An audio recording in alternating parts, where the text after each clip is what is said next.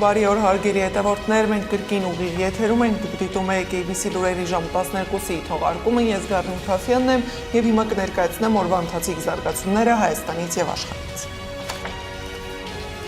Համատարած եւ անպատժելի վարչական ռեսուրսի չարաշահման կոռուպցիոն դեպքեր Transparency International-ը զեկույց է հրապարակել։ Միքայել Սրբազանի փաստաբանական թիմը մտահոգված է, Սրբազանի վիրահատության վերաբերյալ խոչընդոտներ կան։ ՔՊ-ական պատգամավորն Արշակ Սրբազանին գործի վերաբերյալ սուտ հայտարարություններ է արել, պաշտպանն է ահազանգ հնչեցնում։ Չպետք է ֆինանսավորել մի կառավարության, որը զուրկ է լեգիտիմությունից, Սամվել Կարապետյանի փաստաբանի կոչը Եվրամիությանը։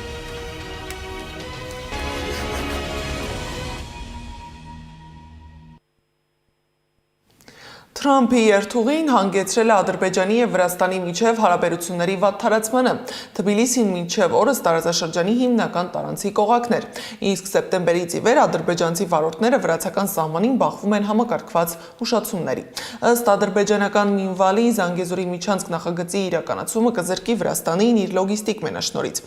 Այսօր Վրաստանը փաստացիորեն դեմ է խաղաղության եւ փոխշահավետ տնտեսական կապերի կայուն տարածաշրջանային ճարտարապետության ձևավորմանը, գրել են ադրբեջանական լրատվամիջոցները։ Թբիլիսիում տեղի է ունեցել Վրաստանի եւ Հայաստանի խորհրդարանների արտաքին հարաբերությունների կոմիտեների ամենամյա համատեղ նիստը։ Հանդիպման ժամանակ քննարկվել են երկկողմ հարաբերությունները, ռազմավարական գործընկերության կարևորությունը եւ երկու երկրների միջև տնտեսական գործակցության ամրապնդման հնարավորությունները։ Հայաստանի խորհրդարանի անդամները քննարկել են Բաքվի եւ Երևանի միջև ընթացող խաղաղության գործընթացը։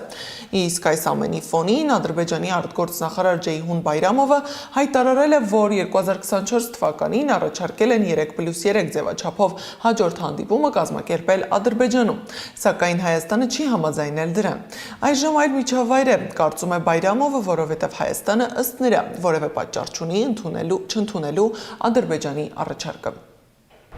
Երբ ստեղծվեց 3+3 ձևաչափը, նշվեց, որ այս նախաձեռնությունն առաջարկել է Ադրբեջանի նախագահը, եւ այս ձևաչափի շրջանակներում տեղի է ունեցել 3 հանդիպում։ 2024-ի հոկտեմբերին կայացած հանդիպման ժամանակ առաջարկվեց, որ հաջորդ հանդիպումն անցկացվի Ադրբեջանի նախագահության ներքո, Հայաստանի հետագա համաձայնությամբ։ Ցավոք նման համաձայնություն չի ստացվել։ Այժմ իրավիճակն այլ է, այդ հանդիպումների կազմակերպումը քննարկվում է այլ ուղիներով։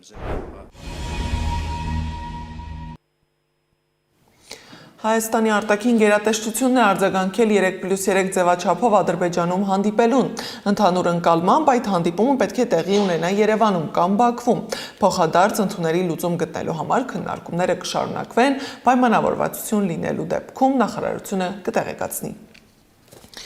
Մինչ տարածաշրջանը խոսում է խաղաղության մասին, նույն բարեկամության մասին խոսող Բաքուն շարունակում է մեր հայրենակիցների դեմ դատական ֆարսը։ Բաքվի ռազմական դատարանը շարունակում է քննել Արցախի նախկին պետնախարար գործարար Ռուբեն Վարդանյանի դեմ կեղծ գործը։ Նիստի ընթացքում կրկին ցուցմունքներ են տվել իբր տուժողները եւ նրանց իրավահաջորդները։ Վարդանյանի համար նշանակված փաստաբանը միջնորդություն է ներկայացրել դատարանին, խնդրելով հնարավորություն տալ ծանոթանալու գործին առնչվող փաստաթղթերին։ Դատարանը բավարարել է միջնորդությունը։ Կեղծ գործով հաջորդ նիստը կկայանա այսօր։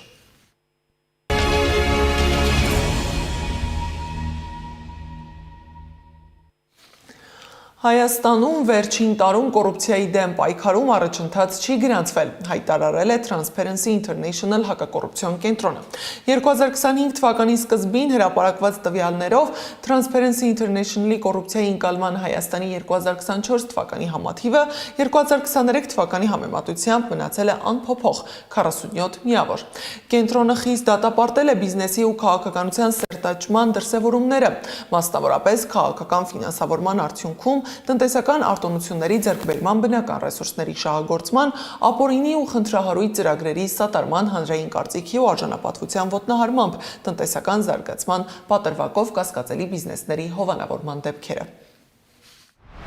2026 թվականը վճռորոշ տարի է Հայաստանի համար։ Նախատեսվում են խորհրդարանի, այնուհետև տեղական ինքնակառավարման մարմինների ընտրություններ, որոնք լինելու են ժողովրդավարական կայացման կարևոր փորձառություն։ Մինչդեռ առկա են կարևորագույն հիմնախնդիրներ, որոնք ռիսկային են դարձնում ընտրությունների օրինականությունը եւ դրա վերաբերյալ ընկալումները։ Մեծագույն մարտահրավեր է կուսակցությունների ֆինանսավորման թափանցիկության ապահովումը, սակայն 2024 թվականի օրենսդրական փոփոխությունների հետևանքով կուսակցությունների ֆինանսները ընտրական ժամանակահատվածում անհասանելի են, ընդ որում եւ հանրության եւ վերահսկող պետական մարմինների համար։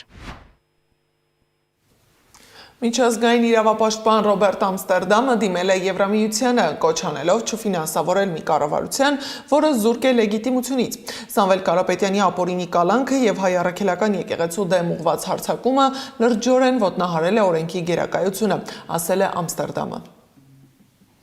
ԵՄ պետք է անհապաղ դադարեցնի իր ֆինանսական աջակցությունը Հայաստանի կառավարությանը եւ խորհրդակցություններ հրավիրի հրատապ եւ կարեւոր թեմայով, դադարեցնելու Հայաստանի Հանրապետության իշխանության անօրեն գործողությունները։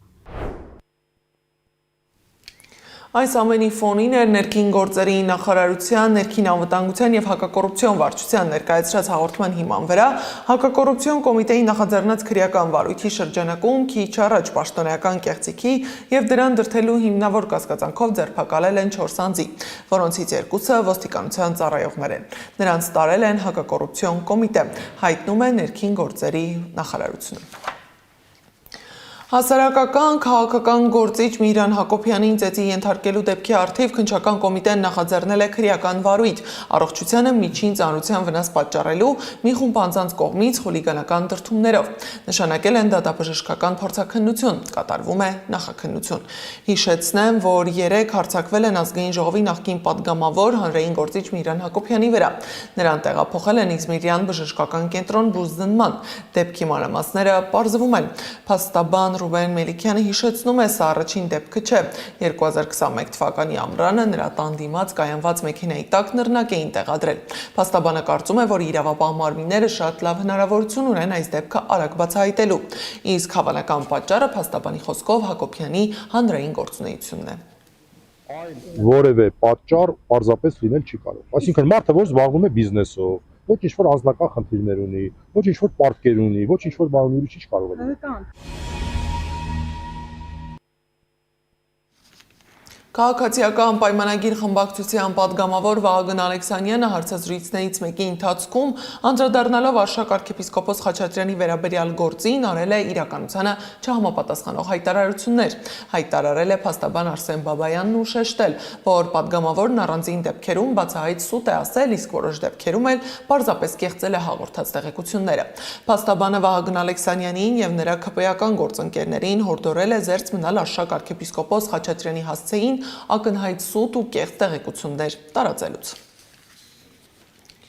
Միքայել arczepiskopos Աջապահյանի պաշտպանական թիմը հայտարարություն է տարածել։ Սրբազանը ցանկացել է իր միջոցներով վիրահատվել Իզմիրյան բժշկական կենտրոնում։ Նրան մերժել են, պահանջելով ընտրել այլ բժշկական կենտրոն։ Սակայն Միքայել Սրբազանը շեշտել է, որ իր հիվանդությունների բուժումն անցել է Իզմիրյանում, ունի բժիշկ եւ վստահում է այդ հիվանդանոցին ու բժշկին։ Պաշտպանական թիմը մտահոգված է։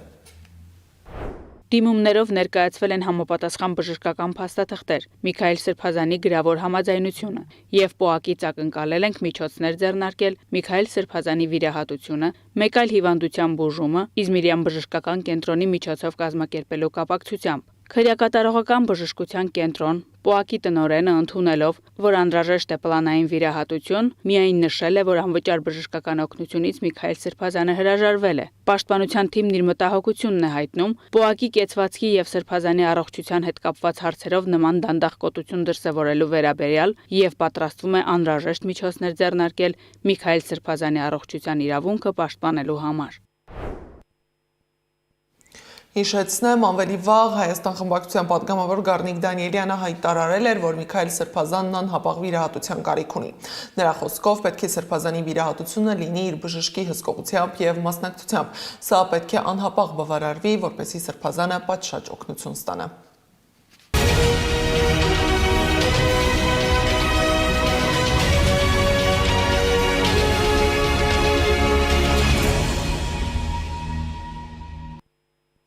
Միջազգային լրահոսից Ուկրաինայի նախագահ Վլադիմիր Զելենսկին հայտարարել է, որ Կիևը չի քննարկում իր որևէ տարածքի հանձնման հարցը, քանի որ ոչ ազգային օրենսդրությունը, ոչ միջազգային իրավունքը, ոչ էլ բարոյական սկզբունքները դա թույլ չեն տալիս։ Զելենսկին նաև հավելել է, որ Միացյալ Նահանգները փնտրում է փոխզիջումային լուծումներ հակամարտությունը կարգավորելու համար։ Նրա խոսքով նախագահ Դոնալդ Թրամփն ունի պատերազմն ավարտելու իր տեսլականը, որը տարբերվում է ուկրաինականից։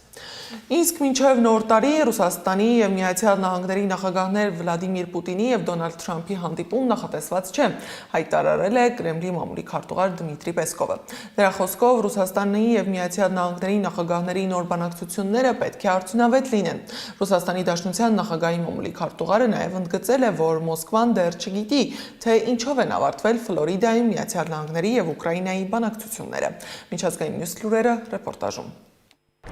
Երկարաժամկետ հեռանկարում Ադրբեջանը կարող է դառնալ մեզ համար ռազմավարական գործընկեր։ Ադրբեջանի նախագահի Սլովակիա այցի ժամանակ ասել է այդ երկրի նախագահ Պետեր Պելեգրինին։ Ռազմական արդյունաբերության ոլորտում մտադիր չենք պարզապես զենք վաճառել Ադրբեջանին։ Մենք կարող ենք համատեղ արտադրել սպառազինություն եւ այդ արտադրանքը վաճառել երրորդ երկրների, ասել է նա։ Պելեգրինին նշել է, որ Ադրբեջանն արդեն իսկ հայտնել է հրետանային համակարգեր գնելու մտադրության մասին։ Նա հավելել է, որ այդ զենքերն ավելի կհզորացնեն ադրբեջանական բանակը։ Տարածքային հարցի պատճառով խաղաղության շուրջ բանակցությունները փակուղի են մտել, հայտարարել է Ուկրաինայի նախագահ Վլադիմիր Զելենսկին Bloomberg-ին տված հարցազրույցում։ Միացյալ Նահանգները, Ռուսաստանն ու Ուկրաինան ունեն տարբեր տեսակետներ եւ Դոնբասի հարցում միասնական մոտեցում չկա, ասել է նա։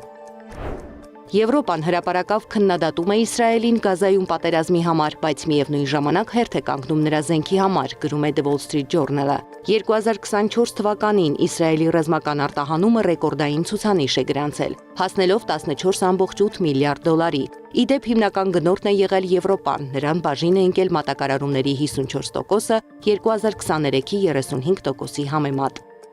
Սիրիան նախորդին տոնել է Բաշար Ալ-Ասադի վարչակազմի տապալման մեկամյակը։ Այս առիթով մայրաքաղաք Դամասկոսում անցկացվել է ռազմական շքերթ։ Ասադ ընտանիքը երկիրը կառավարել է ավելի քան 50 տարի։ Անցյալ տարվա դեկտեմբերի 8-ին իշխանությունը Սիրիայում հայտնվեց ընդդիմադիր խմբավորումների ձեռքին, ինչից հետո Ասադների ընտանիքը փախավ Ռուսաստան։ Լուվրի թանգարանում աղմկահարույց կողոպուտից ընդամենը մի քանի շաբաթ անց հիմա էլ ջրի խողովակն է պայթել, վնասելով հարյուրավոր աշխատանքներ։ Թանգարանի փոխտնօրեն Ֆրենսիս Ստեյնբոկը նշել է, որ արտահոսքից տուժել է 300-ից 400 աշխատանք, հիմնականում գրքեր։ Ստեյնբոկը ֆրանսիական լրատվամիջոցներին ասել է, որ ջրի արտահոսքը տեղի է ունեցել թանգարանի եգիպտական հնությունների բաժնում։ Կողոպուտ է տեղի ունեցել Բրազիլիայի երկրորդ ամենամեծ գրադարանում, գողացել են Մատիսի 8 աշխատանք։ Մասնավորապես 2 զինված անձ մտել է Բիբլիոթեկա Մարիո դե Անդրադե գրադարան եւ տարել ոչ միայն հայտնի ֆրանսիացու, այլև բրազիլացի նկարիչ Կանդիդո Պորտինարիի առնվազն 5 փորագրություն։ Գողերը զենքով սպառնացել են գրադարանի անվտանգության աշխատակցին, վերցնելով արվեստի գործերը մեքենա չեն նստել, այլ հեռացել են ոտքով։ Դոնալդ Թրամփը հայտարարել է, որ ժամանակն է ամերիկացիները դադարեն ֆուտբոլ սպորտաձևը սոկեր անվանել եւ սկսեն աշխարհի մյուս երկրների նման օգտագործել ֆուտբոլ բառը։ Թրամփն այս հայտարարությունն արել է FIFA-ի առաջին խաղաղության մրցանակը ստանալուց հետո։ Թրամփը կատակել է, որ Միացյալ Նահանգները պետք է նաև նոր անվանում գտնի ամերիկյան ֆուտբոլի համար, քանի որ տրամաբանական չէ, որ մարզաձևը, որը հիմնականում խաղացվում է ձեռքերով, կոչվի ֆուտբոլ։ Զարա Սարգսյան, Նոնա Գևորքյան, ABC Media։ Այս ժամի համար նախատեսել էինք այսքանը, շարունակեք հետևել մեզ YouTube-ում, Facebook-ում, Telegram-ում, WhatsApp-ում, Instagram-ում ու TikTok-ում կամ այցելեք մեր պաշտոնական կայք www.abcmedia.am։ Ես Գարուն Թաֆյանն եմ, շնորհակալություն ուշադրության համար, կհանդիպենք ժամ 15-ին առայժմ։